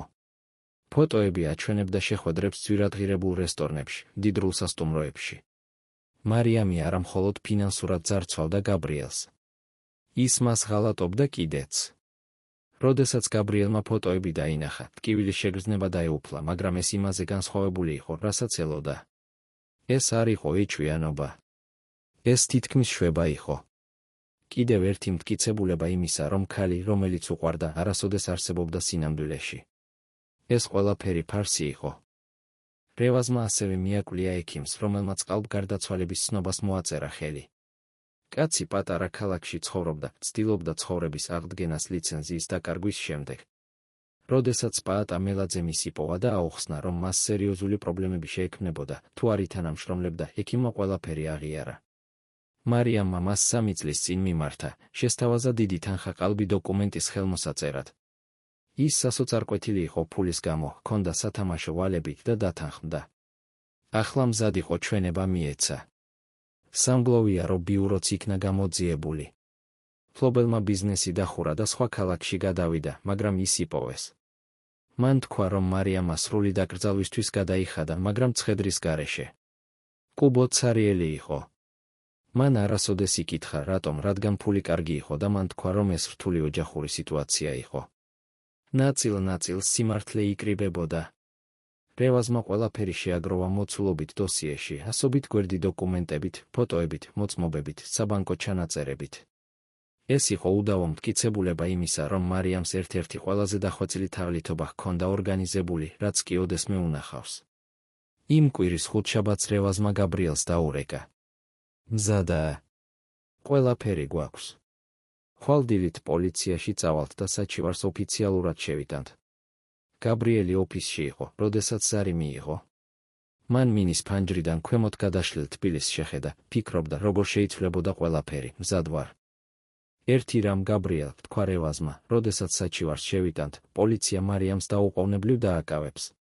დარწმუნებული ხარ, რომ ამის გაკეთება გინდა? უკან დასაბრუნებელი გზა არ არის, როგორც კი დავიწყებთ. გაბრიელმა დედაზე იფიქრა, 3 წელზე, რომელიც მან დაკარგა. ნინოზე იფიქრა, მარტო იბრძოდა სიმართლის გამოსავლენად. საკუთარ თავზე იფიქრა, 3 წელზე, რომელიც მან ცარიელი საფლავის წინტირილში გაატარა, სანამ მარიამს მშვიდად ეძინა მის გვერდით. აბსოლუტურად დარწმუნებული ვარ. მაშინ ხვალდილის 9 საათზე, ცენტრალურ პოლიციის განყოფილებაში. მე იქ ვიქნები ყველა დოკუმენტით. შენ მიიყვან ლეონორას და ნინოს ჩვენების მისაცემად. და ასევე მოვიყვანთ პაატას ყველა ფოტოგრაფიული მტკიცებულებით. შევთანხმდით. გაბრიელმა გათიშა და ხელში ტელეფონს უყურებდა. მხოლოდ ერთი ღამე დარჩა. ბოლო ღამე, თავის მოჩვენებით, რომ არაფერი იცოდა. ბოლო ღამე, ქალის გვერდით ძილი, რომელმაც მისი ცხოვრება გაანადგურა. ხვალ, ყველაფერი გამოაშკარავდებოდა. ხვალ, სამართლიანობა დაიწყებდა აღდგენას. იმ ღამეს სახლში მისვლისას მარიამი განსაკუთრებით ალერსიანი იყო. მან მისი საყვარელი ვახშამი მოამზადა, ძვირადღირებული ღვინო შეარჩია, ფონური მუსიკა ჩართო. გაბრიელი მონაწილეობდა ფარსში, საუბრობდა წვრილმან საკითხებზე, იღიმებოდა საჭირო მომენტებში, თავს აჩვენებდა, რომ ეს უბრალოდ კიდევ ერთი ნორმალური ღამე იყო. მაგრამ როდესაც დასაძინებლად წავიდა, საათობით არ ეძინა, სიბნელეში ჭერს უყურებდა. მის გვერდით მარიამს ღრმად ეძინა, სუნთქვა მშვიდი და რეგულარული ჰქონდა. როგორ ახერხებდა ის ასე მშვიდად ძილს? ჰკითხა მან საკუთარ თავს. როგორ ახერხებდა ის ცხოვრებას იმ ყველაფრის სიმძიმით, რაც გააკეთა? გაბრიელმა იფიქრა, რომ იქვე გაეღვიძებინა, ეთქვა ყველაფერი, რაც იცოდა, დაენახა მისი სახის გამომეტყველება, როდესაც მიხვდებოდა, რომ ის აღმოჩენილი იყო. მაგრამ მან თავი შეიკავა. ხვალ. ხვალ ის გაიგებდა. ხვალტყუილების ციხე, რომელიც მან ააშენა, სრულად დაინგრეოდა. და ის იქ იქნებოდა, რომ ენახა ყოველი ქვის ჩამოვარდნა. როდესაც მზე იწყებდა ამოსვლას, გაბრიელი ჩუმად ადგა. მიიღო შხაპი, ჩაიცვა მუქი კოსტუმი, გაისწორა ჰალსტუხი. სარკეში ჩაიხედა და დაინახა განსხვავებული კაცი იმისგან, ვინც ყოველ კვირას იღვიძებდა ცარიელი საფლავის მოსანახულებლად. ამ კაცს მიზანი ჰქონდა. ამ კაცს მისია ჰქონდა. ამ კაცს სამართლიანობა უნდა აღედგინა. ის ჩავიდა და მარიამის სამზარეულოში დახვდა, ყავას ამზადებდა. მან გაუღიმა მისი დანახვაზე. დილა. მშვიდობისა, სიყვარულო. ისევ ადრე გადიხარ.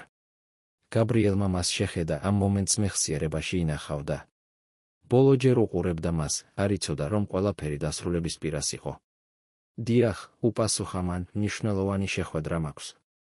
მარიამი მიუახლოვდა და ჰალსტუხი გაუსწორა. მაშინ წარმატებები. გაბრიელმა ერთი წუთით ხელი მოუჭირა, თვალებში უყურებდა იმ ქალს, რომელიც უყვარდა, ვისაც ენდობოდა, რომელმაც ყველაფერი გაანადგურა. მადლობა, თქვა მან. და შემდეგ გავიდა, კარიმის უკან დახურა ბოლოჯერ, როგორც მარიამზე დაქორწინებულმა კაცმა. როდესაც ის დაბრუნდებოდა იმ სახლში, ის იქნებოდა თავისუფალი კაცი. თავისუფალი ტყუილისგან, თავისუფალი ღალატისგან, თავისუფალი ქალისგან, რომელმაც სცადა მისი დედის ცოცხლად დამარხვა. რევაზი პოლიციის განყოფილების წინ ელოდა. მის გვერდით იდგნენ ლეონორა, ნინოზე დაყრდნობილი და პაატა რამდენიმე საქაღალდე დოკუმენტით. გაბრიელმა მანქანა გააჩერა და მათკენ წავიდა, გრძნობდა მომენტის სიმძიმეს. მოდით, გავაკეთოთ ეს, თქვა მან. და ერთად ისინი შევიდნენ პოლიციის განყოფილებაში, რათა მსოფლიოსთვის მოეყოლათ ამბავი, რომელსაც არავინ დაიჯერებდა. ქალის ამბავი, რომელმაც დედამთილის სიკვდილი გააყალბა ქმრის გასაძარცვად. 3 წლის ტყუილების ამბავი. ცარიელი საფლავის ამბავი და სიმართლე, რომელიც საბოლოოდ გამოაშკარავდა. თბილისის ცენტრალური პოლიციის განყოფილება ხალხმრავალი იყო იმ პარასკევდილით. გაბრიელი შევიდა რევასთან, ლეონორასთან, ნინოსთან და პაატასთან ერთად ატარებდა ყუთებს დოკუმენტებით, რომლებიც სამწლიანი გამოძიებას წარმოადგენდა ერთ კვირაში შეკუმ შულს. პასუხისმგებელი გამომძიებელი, ფერდინანდ ციკლაური, 50 წლის კაცი სერიოზული გამომეტყველებით და ყურადღებიანი მზერით, თავის კაბინეტში მიიღო ისინი. ბატონო ალექსიძე, ბატონმა რევაზმა მოკლედ ამიხსნა სიტუაცია ტელეფონით, მაგრამ ვაღიარებ, რომ ძნელი დასაჯერებელი იყო, თქვა გამომძიებელმა, ანიშნა ყველას დასაჯდომად, ასეთი მასშტაბის თაღლითობა, ამდენ ხანს შენარჩუნებული იშვიათია. გაბრიელმა ღრმად ჩაისუნთქა. მესმის გამომძიებელო. მე თვითონაც ძლივს დავიჯერე. მაგრამ ყველა მტკიცებულება აქ არის. და მთავარი მოწმე ჩემი დედა, რომელიც ყველას 3 წლის წინ გარდაცვლილი ეგონა. გამომძიებელმა ლეონორას შეხედა, რომელიც ნინოს გვერდით იჯდა, ჯერ კიდევ მყიფე, მაგრამ შეუპოვარი მზერით. თქვენ ხართ ლეონორა ალექსიძე? დიახ, გამომძიებელო, უპასუხა ლეონორამ, ხმა ჯერ კიდევ ოდნავ ჩახლეჩილი ჰქონდა დამამშვიდებლების წლებისგან, და მე აქ ვარ, რომ მოუხვა ყველაფერი, რაც გამიკეთეს. მომდევნო 3 საათის განმავლობაში თითოეულმა თავისი ჩვენება მისცა. ლეონორამ მოყვა მარიამთან კამათზე, საბუთებზე, რომლებზეც უარი თქვა ხელის მოწერაზე, მოწამლულ ჩაიზე და მოხუცთა თავშესაფარში გაუძებაზე. მისი ხმა ზოგიერთ მომენტში კანკალებდა, განსაკუთრებით მაშინ, როდესაც აღწერდა 3 წელს დამამშვიდებლებზე ცხოვრებას, იმ რწმენით, რომ შვილმა მიატოვა. ნინომ მოყვა, როგორ დაიწყო ეჭვი, როგორ ინიშნავდა ყოველ საეჭვო დეტალს წლების განმავლობაში, როგორ გადაწყვიტა საბოლოოდ გაბრიელის მოძებნა სასაფლაოზე.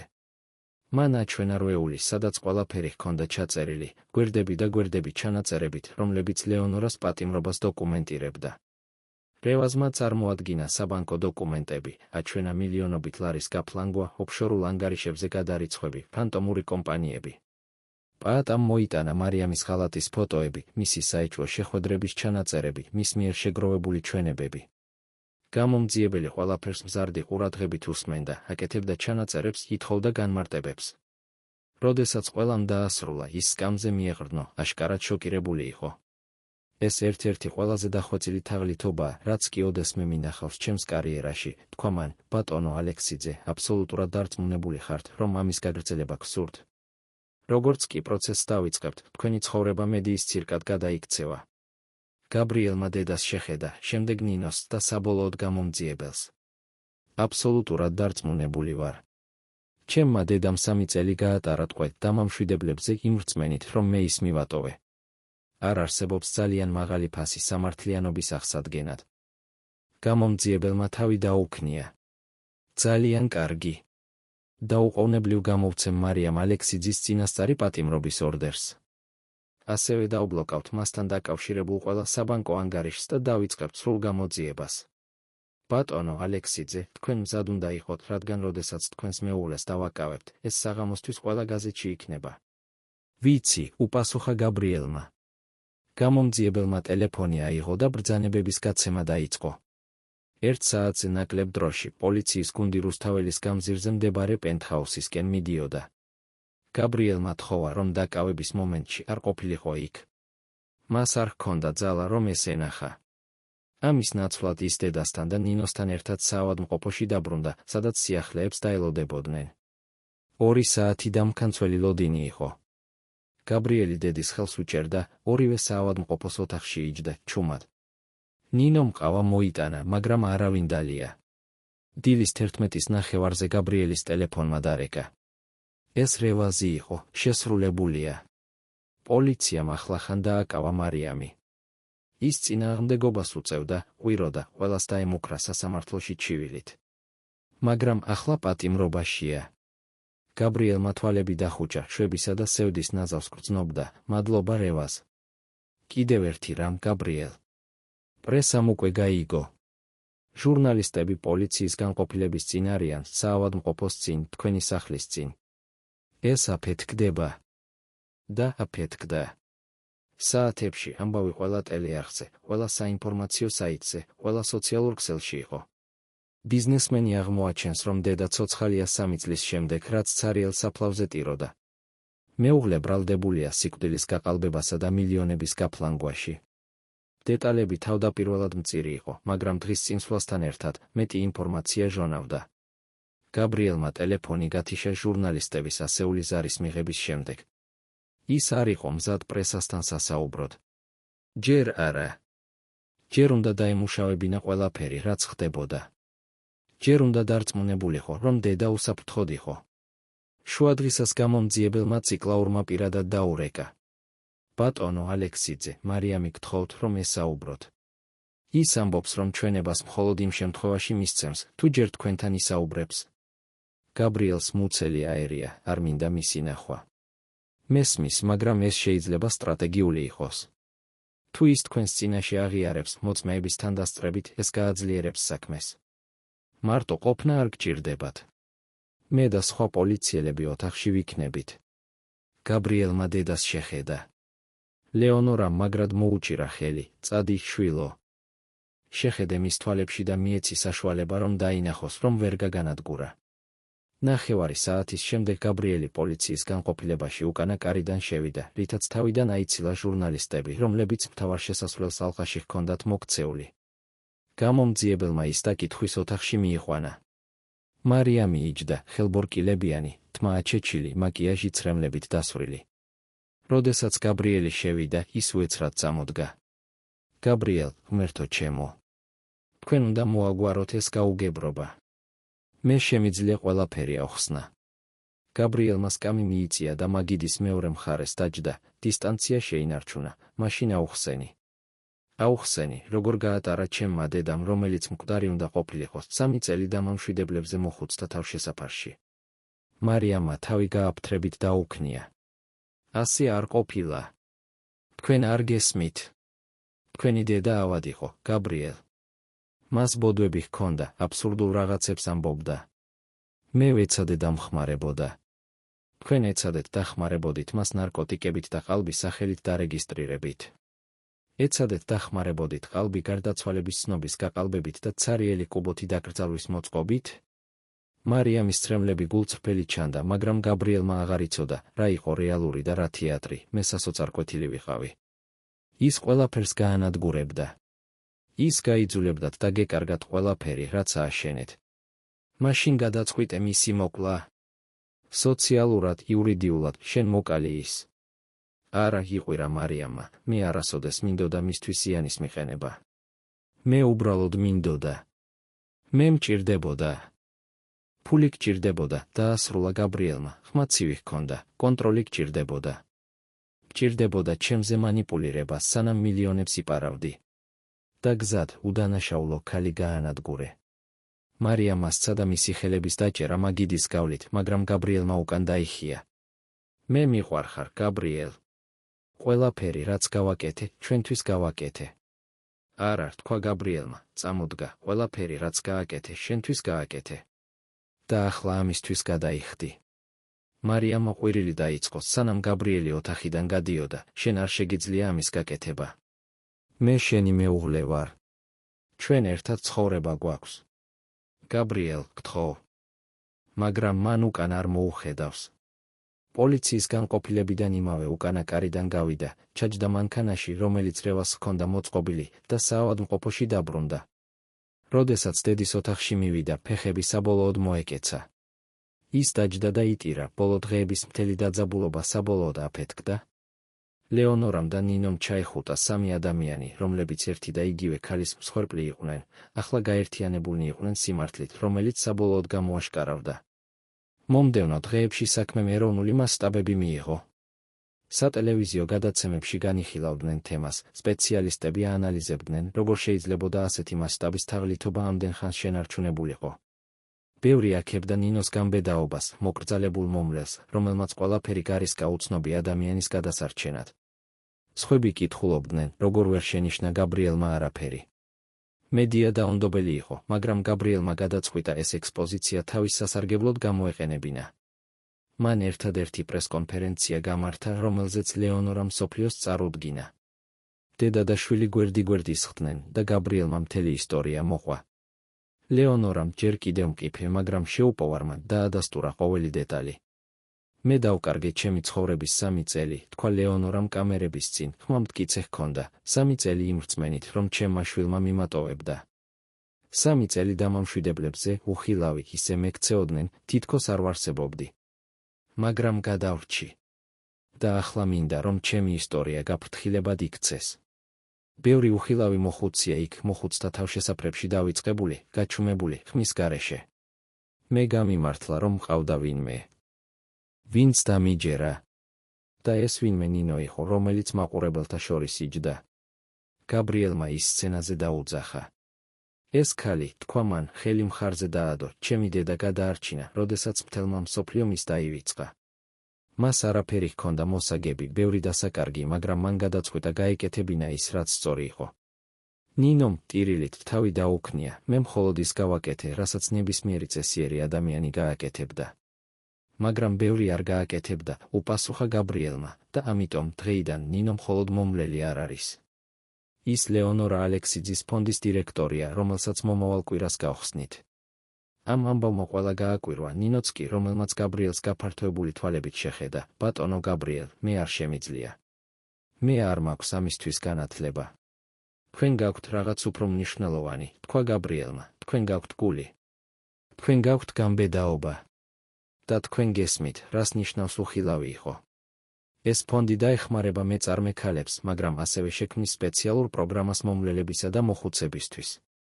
იმის უზრუნველსაყოფად, რომ არც ერთი სხვა ლეონორა არ დავიწყდეს. ჟურნალისტების აუდიტორიამ ტაში დაუკრა.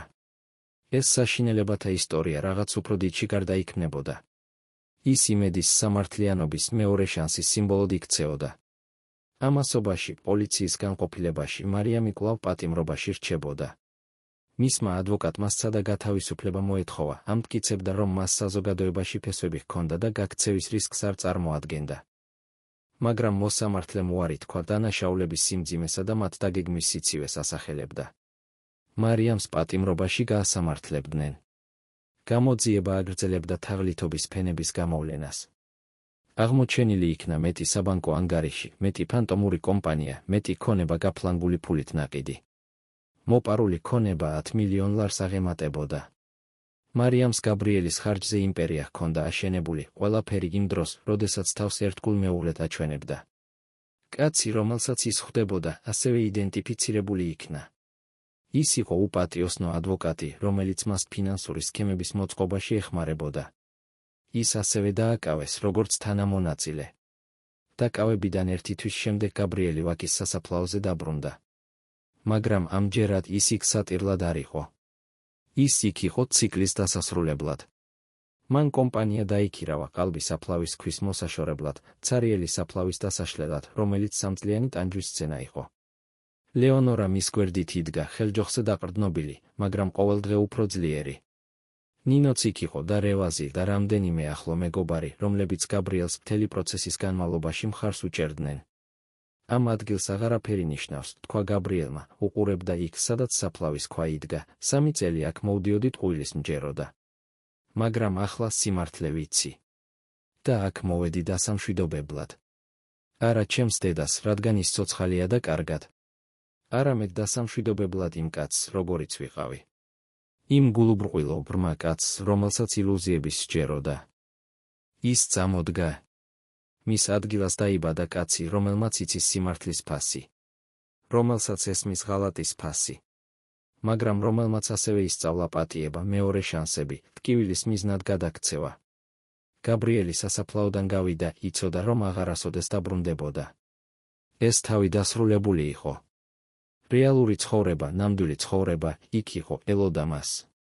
1 კვირის შემდეგ ლეონორა ალექსიძის ფონდი ემოციურ ცერემონიაზე გაიხსნა. ასობით ადამიანი დაესწრო, მათ შორის ბევრი, ვინც ამ ამბავმა შეეხო. შერჩეული შენობა ფართო და თანამედროვე იყო, სასწავლო ოთახებით, შეხვედრების სივრცეებით და მთელი განყოფილებით, რომელიც მოხუცთა და მომვლელთა კეთილდღეობას ეძღვნებოდა. გაბრიელმა მოკლე, მაგრამ ძლიერი სიტყვა წარმოთქვა. ეს ფონდი ტკივილისგან დაიბადა, მაგრამ არსებობს იმედის შესაქმნელად. უსამართლობისგან დაიბადა, მაგრამ არსებობს სამართლიანობის ხელშეწყობისთვის. და დედასა და შვილს შორის სიყვარულისგან დაიბადა, რომელიც სამწლიანმა ტყუილებმაც კი ვერ გაანადგურა. ლეონორამ ნინოს გვერდით გახსნის ლენტი გაჭრა, ორი ქალი, რომელმაც ყველაზე უარესი გადაიტანა და ახლა მზად იყო სხვებსაც დახმარებოდა იგივეში. კამერებმა ყველაფერი დააფიქსირეს, მაგრამ გაბრიელმა იცოდა, რომ ეს მომენტი ბევრად მეტი იყო, ვიდრე უბრალოდ სიახლე. ეს იყო გამარჯვება. გამარჯვება ტყუილზე, სისასტიკეზე, სიხარბეზე. იმ ღამეს გაბრიელმა დედასთან ერთად ივახშმა ბინაში, რომელიც მისთვის იქირავა, ხუდრო ადგილას ვაკის პარკის ხედით. მათ ისაუბრეს წარსულზე, მომავალზე, ფონდის გეგმებზე. და 3 წლის განმავლობაში პირველად გაბრიელმა თავი სრულყოფილად იგრძნო. იცი, რომ სასამართლო რთული იქნება, არა? თქვა ლეონორამ, ყველაფერი თავიდან გამოვა ზედაპირზე. ყოველი მომენტის თავიდან განცდა მოგიწევს. ვიცი, დედა. მაგრამ იქ უნდა ვიყო. უნდა შევხედო მას და ვაჩვენო, რომ ვერ გამანადგურა. რომ შენ ვერ გაგანადგურა. ლეონორამ შვილის ხელი მოუჭირა, ძლიერი კაცი ხარ, გაბრიელ. იმაზე ძლიერი, ვიდრე წარმომედგინა. და მე ძალიან ვამაყობ შენით. გაბრიელს ცრემლები ისევ მოადგა, მაგრამ ამჯერად ეს მადლიერების ცრემლები იყო. მადლიერება დედის დაბრუნებისთვის. მადლიერება ნინოსთვის, რომელსაც გამბედაობა ჰქონდა სიმართლე ეთქვა. მადლიერება რევაზის მსგავსი მეგობრებისთვის, რომლებიც მის გვერდით იდგნენ. მადლობა, რომ არასოდეს დანებდი, დედა. მადლობა, რომ გადარჩი. მადლობა, რომ დაიჯერე, რომ დაუბრუნდებოდი. ლეონორამ გაიღიმა ის დაღლილი, მაგრამ გულწრფელი ღიმილი, ვინც ჯოჯოხეთი გამოიარა და დაბრუნება მოახერხა. მე შენი დედა ვარ, გაბრიელ. მე ყოველთვის დაგიჯერებ. ყოველთვის. ისინი გვიანობამდე საუბრობდნენ და კარგულ 3 წელს ისტორიაზე აღადგენდნენ. გარეთ თბილისი აგრძელებდა თავის ხალხმრავალ ღამის ცხოვრებას, მილიონობით ადამიანი ცხოვრობდა საკუთარი ისტორიებით, ებრძოდა საკუთარ ბრძოლებს. მაგრამ იქ იმ ბინაში 2 ადამიანი, რომლებიც ყველაზე სასტიკი ტყუილით იყვნენ განცალკევებულნი, ისევ ერთად იყვნენ. და ეს გაბრიელმა იფიქრა, სანამ დედას ეხუტებოდა, იყო ყველაფერი, რასაც მნიშვნელობა ჰქონდა. სიმართლემ გაიმარჯვა. სამართლიანობა აღდგებოდა. და დედასა და შვილს შორის სიყვარული, ის სიყვარული, რომლის განადგურებასაც მარიამი ცდილობდა, იმაზე ძლიერი იყო, ვიდრე ოდესმე. ცარიელი საფლავი დაიშალა. ტყუილები გამოაშკარავდა. და ცხოვრება, რეალური და ნამდვილი ცხოვრება, საბოლოოდ შეეძლო თავიდან დაწყებულიყო. 3 თვე გავიდა მარიამის დაკავებიდან. 3 თვე სათაურების, გამოძიებების, გამოცხადებების, რომლებსაც დასასრული არ ჰქონდა. გაბრიელი დროებით ჩამოშორდა ბიზნესს, კომპანიის მართვა სანდო ადამიანებს მიანდოს, სანამ დედაზე ზრუნვას და მოახლოებული სასამართლოსთვის მომზადებას ეძღვნებოდა. ლეონორამ შესანიშნავი პროგრესი განიცადა. ექიმები შთამბეჭდავი იყვნენ მისი გამოჯანმრთელებით, როგორც ფიზიკური, ასევე ფსიქიკური. გახანგრძლივებული დამამშვიდებლების ეფექტები ნელა უკვე იქცეოდა და მას უკვე შეეძლო დამოუკიდებლად სიარული, თუმცა ადვილად იღლებოდა. მაგრამ ყველაზე მნიშვნელოვანი ის იყო, რომ მისი თვალებში ბრწყინვალება დაბრუნდა.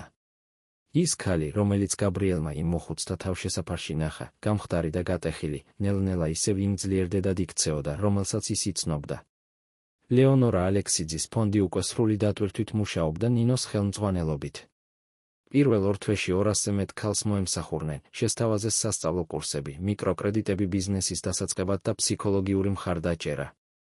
მაგრამ ყველაზე განსაკუთრებული პროექტი იყო პროგრამა უხილავი ხმები, რომელიც მიზნად ისახავდა მოხუცთა თავშესაფრებსა და დაწესებულებებში მოწყვლად მდგომარეობაში მყოფი მოხუცების იდენტიფიცირებასა და დახმარებას. ნინო ნამდვილ ადმინისტრატორად გამოვლინდა. მას ესმოდა ადამიანების ტკივილები, რადგან თავად განიცადა ისინი. იცოდა, რას ნიშნავდა უხილავი იყო, საზოგადოების მიერ განდევნილი, არაფრად მიჩნეული. და ამ გამოცდილებას იყენებდა პროგრამების შესაქმნელად, რომლებიც ნამდვილად ცვლილებებს ახდენდნენ. გაბრიელი ფონდს ყოველკვირეულად სტუმრობდა, ყოველთვის შთაბეჭდილების ქვეშ იყო შესრულებული სამუშაოებით.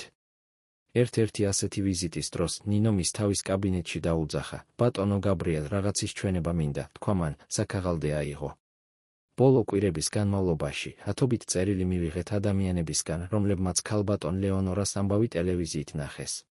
ბევრი მათგანი ოჯახებიდან არის, რომლებიც ეჭვობენ, რომ მსგავსი რამ შესაძლოა მათ ახლობლებსაც დაემართათ. გაბრიელმა წერილები გადაფურცლა, გულში ტკივილი იგრძნო. იყო უეცარი გაუჩინარების ისტორიები, მოხუცების, რომლებიც უახსნელად გაუჩინარდნენ, ოჯახების, რომლებსაც არასოდეს მიუღიათ პასუხები. რამდენი სხვა ლეონორა არსებობს იქ, კითხა მან, ბევრი, უპასუხა ნინომ. და მინდა თქვენი ნებართვა, რომ შევქმნათ სამუშაო ჯგუფი. შეგვიძლია ვიმუშაოთ ხელისუფლებასთან ამ შემთხვევების გამოსაძიებლად. შესაძლოა ყველა არ იყოს თაღლითობა, მაგრამ ზოგიერთი შეიძლება იყოს. გაბრიელმა დაუყოვნებლივ დაუქნია თავი, გააკეთე ეს, ნინო. გამოიყენე ყველა რესურსი, რაც დაგჭირდება. თუ შევძლებთ კიდევ ერთი ადამიანის მაინც გადარჩენას, უკვე ღირებული იქნება. სანამ ფონდი იზრდებოდა და ცვლილებებს ახდენდა, მარიამის სასამართლოს თარიღი საბოლოოდ დადგა. ეს იყო ცივი აგვისტოს ორშაბათი, როდესაც გაბრიელი თბილისის საქალაქო სასამართლოში რევასთან ერთად შევიდა.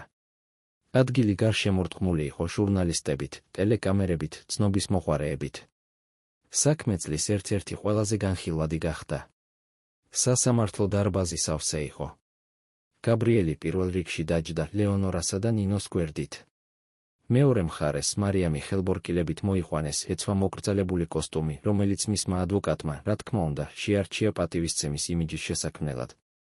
როდესაც ის შევიდა, მისმა თვალებმა მაშინვე გაბრიელი მოძებნა. მან ერთი წუთით შეინარჩუნა მზერა, შემდეგ თვალი აარიდა. აღარაფერი იყო სათქმელი. მოსამართლემ მარკოზ ვარდოსანიძემ, 60 წლის კაცმა, რომელიც მკაცრი, მაგრამ სამართლიანი რეპუტაციით სარგებლობდა, სხდომა გახსნა. ბრალდება ვრცელი იყო, დოკუმენტების გაყალბება, უკანონო პატიმრობა, რესურსების გაფლანგვა, ყალბი იდენტობა, მითვისება. პროკურორმა პატრიცია ჯაფარიძემ 50 წლის შეუპოვარმა ქალმა საქმეს ზედმიწევნით წარმოადგინა. პირველი 2 დღის განმავლობაში მოწმეები მოისმინეს. ექიმმა, რომელმაც ყალბცნობას მოაწერა ხელი, ისევ აღიარა, ამჯერად მოსამართლის წინაშე აუხსნა, როგორ მიმართა მას მარიამმა, რამდენი გადაიხადა, როგორ დაიგეგმა ყველაფერი. სამგლოვიარო ბიუროს მფლობელმა დაადასტურა, რომ დაკრძალვა ფარსი იყო, რომ კუბო ცარიელი იყო, რომ ყველაფერი მხოლოდ ფასიანი დადგმა იყო. მოხუცთა თავშესაფრის თანამშრომლებმა ჩვენება მისცეს იდუმალ გადახდებზე, ყალბის სახელით რეგისტრირებულ მოხუც ქალზე, მის დამამშვიდებლებზე შენარჩუნების. მკაფიო ბრძანებებზე. ყოველი ჩვენება წინაზე უფრო გამანადგურებელი იყო, ქმნიდა სისასტიკის სრულ სურათს, ზედმიწევნით დაგეგმილს. მესამე დღეს ნინოს ჯერი დადგა მოწმეთა სკამზე ასასვლელად. ის აშკარად ნერვიულობდა, მაგრამ როდესაც ლაპარაკი დაიწყო, მისი ხმა მტკიცე და მკაფიო იყო. მე იმ მოხუცთა თავშესაფარში 3 წელი ვმუშაობდი, თქვა მან, და მთელი ამ ხნის განმავლობაში არასოდეს მინახავს ისეთი სასტიკი შემთხვევა, როგორიც ქალბატონ ლეონორას ჰქონდა. ის გონზე იყო. მან ზუსტად იცოდა, ვინ იყო მისი შვილი, რა ხდებოდა. მაგრამ არავის სჯეროდა მისი. და რაც უფრო მეც ცდილობდა ახსნას, მით მეტ წამალს აძლევდნენ. პროკურორმა ჰკითხა, და რატომ გადაწყვიტეთ საქმის გამოძიება? იმიტომ, რომ ვიცოდი, რას ნიშნავდა უხილავი იყო, უპასუხა ნინომ, წრემლები წამოუვიდა, მე ქუჩაში ვცხოვრობდი, ნარკომანი ვიყავი, საზოგადოების მიერ განდევნილი. ვიცი როგორია, როცა არავინ გხედავს, როცა არავის სჯერა შენი. და არ შემეძლო დამეშვა, რომ ეს ქალბატონ ლეონორასთან გაგრძელებულიყო? ნინოს ჩვენებამ მთელი დარბაზი ააღელვა. მოსამართლეც კი შეეხო. როდესაც ის სკამიდან ჩამოვიდა, გაბრიელმა ჩაეხუტა, ჩურჩულით მადლობა გადაუხადა, რომელიც გულის სიღრმიდან მოდიოდა. მეოთხე დღეს ლეონორა გამოიძახეს ჩვენების მისაცემად. გაბრიელმა ხელი მოუჭირა, სანამ ის ავიდოდა, ძალას აძლევდა. დედა ფერმკრთალი იყო, მაგრამ შეუპოვარი. ის სკამზე მივიდა თავაწეული, მარიამს უშიშრად შეხედა და თავისი ამბავი დაიწყო. მე ჩემი შვილი მარტო გავზარდე მას შემდეგ, რაც მამამისმა მიგვატოვა, დაიწყო ლეონორამ. დღე და ღამე ვმუშაობდი, რომ ყველაფერი მიმეცა მისთვის, რასაც ის იმსახურებდა. ნახე, როგორ გაიზარდა და ამთავრა, წარმატებული ცხოვრება შექმნა. და როდესაც მან მარიამი გამაცნო, მინდოდა მჯეროდა, რომ ის მისთვის სწორი ადამიანი იყო. მაგრამ რაღაც